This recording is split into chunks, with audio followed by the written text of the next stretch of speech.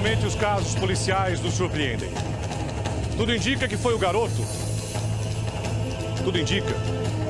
Vocês estão acompanhando nos nossos telejornais, desde o Marcelo Rezende, hoje no Fala, meio-dia pontualmente, a partir de agora, Balanço Geral, como sempre ao vivo, com a marca do jornalismo Record.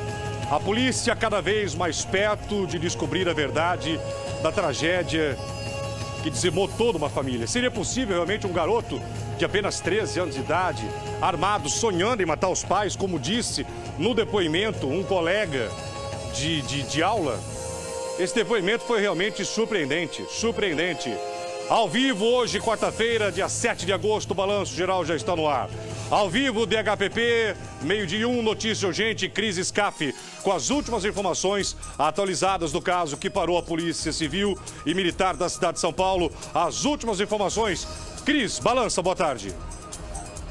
Boa tarde, Geraldo. Boa tarde a todos. Para a polícia, não há nenhuma contradição neste caso e tudo leva a crer que Marcelo Bovo Pesseguini executou sim a família e depois se matou. Mesmo assim, a polícia segue com alguns depoimentos. Vários estão previstos para hoje e também aguardando laudos, né? Laudos de toxicologia e também outros que foram feitos pela perícia, tanto na residência como também em todos os corpos. Viu, Geraldo? É esperado para daqui a pouco o tio da Cabo Andréia, senhor Sebastião, uma das primeiras pessoas, né, que chegou até o local no dia do crime e depois entrou e viu toda a cena lá dentro dos corpos. Este homem é esperado para daqui a pouco, ele seria o primeiro depoente desta manhã, desta quarta-feira. Geraldo. Com o doutor Eduardo Zoc, físico e perito criminal, que quer fazer algumas colocações a respeito das armas. Eduardo, boa tarde. Boa tarde, tudo bom? Oi, só o microfone, por favor. Isso, boa tarde. Tudo bem? Tudo bom? Diante desse caso, na questão que está se debatendo muito das armas, o que você fala, Eduardo, pra gente?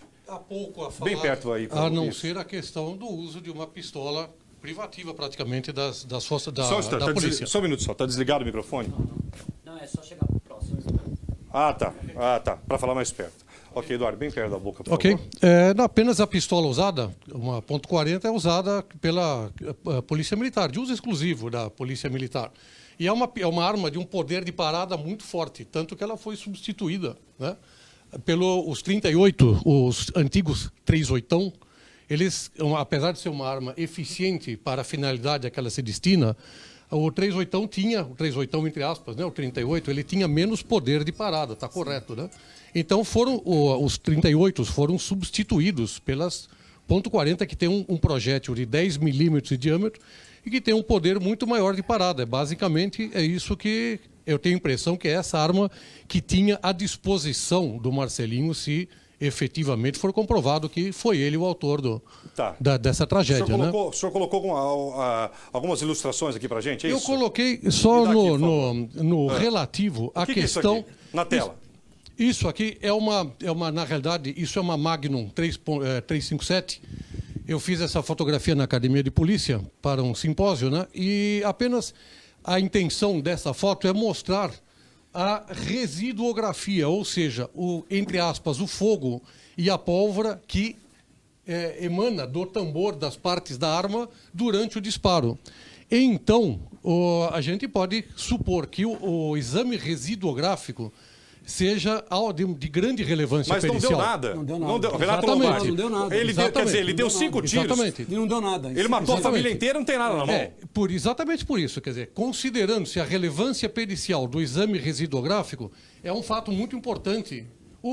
E por que não dá nada no residuográfico diante desse fogo exatamente, todo? Veja, exatamente. Essa é uma pistola semelhante à que foi usada no crime. 40. Exatamente. De qualquer maneira, nós podemos ver aqui os resíduos que saem não da parte, vamos dizer, da onde aproxima aqui, Vera, por favor. o projétil. Isso. Obrigado. Né? Então, tudo isso aqui é muito passível de aderir às mãos do atirador. Então, me causa espécie, me causa uma certa estranheza. De não ter dado nada. O fato de não ter dado nada seria um grande enigma do meu ponto de vista pericial.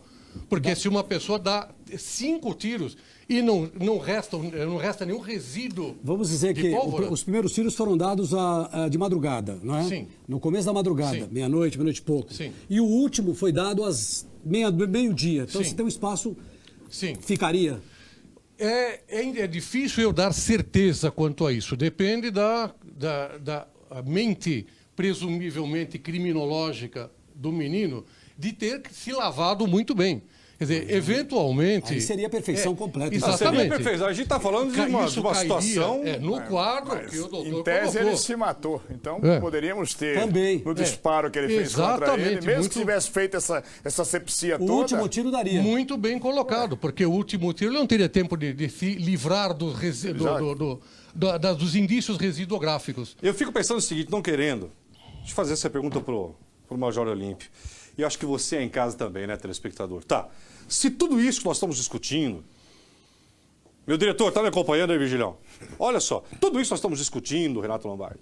Questão do garoto, do depoimento dele, que queria ser o serial killer e tal. Apontando ele como...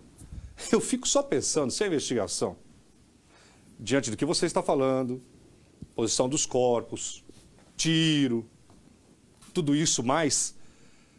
A forma que realmente foi planejado esse crime foi muito orquestrado, foi uma coisa assim, sabe? Pela posição, pela posição dos cadáveres, pelo tiro, Renato Lombardi, por tudo mais. É uma coisa que acho que vai além do que nós podemos imaginar, caso descubra que realmente não foi esse garoto. Mas aí estaremos à frente do caso. Essa foto desse tiro, e com a declaração dele dizendo que o residuográfico dá positivo... É outra foto, eu quero outra foto da pistola, quer ver? Da pistola. Vai lá, Renato, pois não. Vai lá. Essa foto, a gente... É a pistola... É uma pistola similar. Para o telespectador entender. Sim. É o momento do tiro. Sim, exatamente. Essa foto de minha autoria eu fiz na Academia de Polícia de São Paulo. Acho que eu repito, né? Então, isso, é uma foto. Exatamente. Exato. Isso foi feito justamente para demonstrar que os resíduos de pólvora, eles são sempre significativos. Então, vamos dizer, é estranho que o menino tenha, eventualmente, se foi ele, tenha disparado, repito, tudo isso e não tenha ficado nenhum resíduo, como disse, foi muito bem dito, colocado aqui, a questão é que como é que ele pôde se livrar dos resíduos após o último tiro que foi dado contra ele próprio. Tudo isso nos causa estranheza. Então, eu daria muita ênfase à questão desse ponto nos exames periciais relativos ao exame residuográfico, que me causa, repito, eu não posso entender como uma pessoa não pode ter dado sim, ou pelo menos o último tiro, como ele colocou, sem que tivesse ficado nenhum indício de pólvora nas mãos. E nós estamos falando de um perito e, mais uma vez, telespectador, entenda. Olha a foto da pistola no momento do tiro. Então, o que sai de resíduo de pólvora é uma coisa muito grande, dá uma olhada. É como se fosse ela... Eu vou falar desse jeito, tá?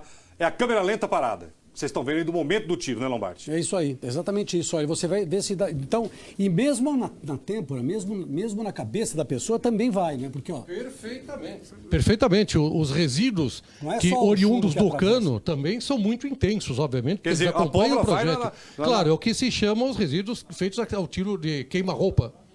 Né? A queima-roupa, os resíduos são muito patentes.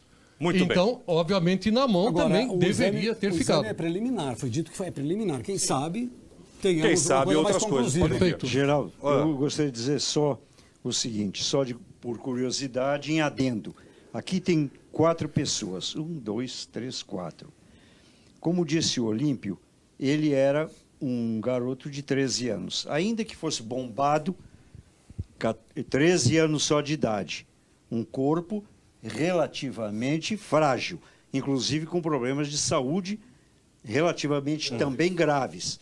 Agora, você imagina esse sujeito dando 4 tiros, imagina só a reverberação intelectual, emocional. Ele não está matando estranhos, ele estaria matando o pai. Realmente seria o primeiro caso inédito na história da psicologia criminal. Durante décadas, eu tive militância como advogado. Jamais eu vi algo parecido. Eduardo Zoc, perito, sua opinião diante dessas informações e a questão das armas ainda, bem perto. É difícil eu exprimir com alguma clareza tudo, justamente o que eles falaram. Diante desse quadro, nós temos peças de um quebra-cabeça que não parecem pertencer ao mesmo quebra-cabeça. Interessante isso que você falou. Exatamente. Quer dizer, nós temos um quebra-cabeça, normalmente numa cena de crime, nós podemos ter um quebra-cabeças exatamente servindo analogia física com um quebra-cabeças, que as peças você consegue ter uma ideia de onde elas se encaixem. Nesse caso, pelas informações que nós estamos recebendo agora, me parece que são peças de quebra-cabeças diferentes. Né? Eu não consigo encaixar, como disse o Lombardi, eu não consigo encaixar, ver onde esse caso, como é que pode o pai ter morrido 8 horas. Isso é muito estranho, quer dizer, eu não consigo... Rapidamente, outra coisa, eu com a pistola .40 na mão, dando 5 tiros com uma luva, outras partes do corpo poderiam ficar resíduos? Eventualmente, não é uma certeza pericial, mas tem vários pontos, inclusive o retrocesso da arma, que não é tão grande assim, mas a precisão do tiro, dado por um menino de 13 anos, com uma arma, com um projétil, que uma massa inercial relativamente grande, é difícil, quer dizer, é difícil até um profissional... Você tem um baque, né? Você tem um baque. Ele tem um recurso significativo. Exatamente, Olha, gente, tem um retrocesso. Então, como ele pode acertar com tanta precisão? Me parece esse trabalho de um atirador profissional.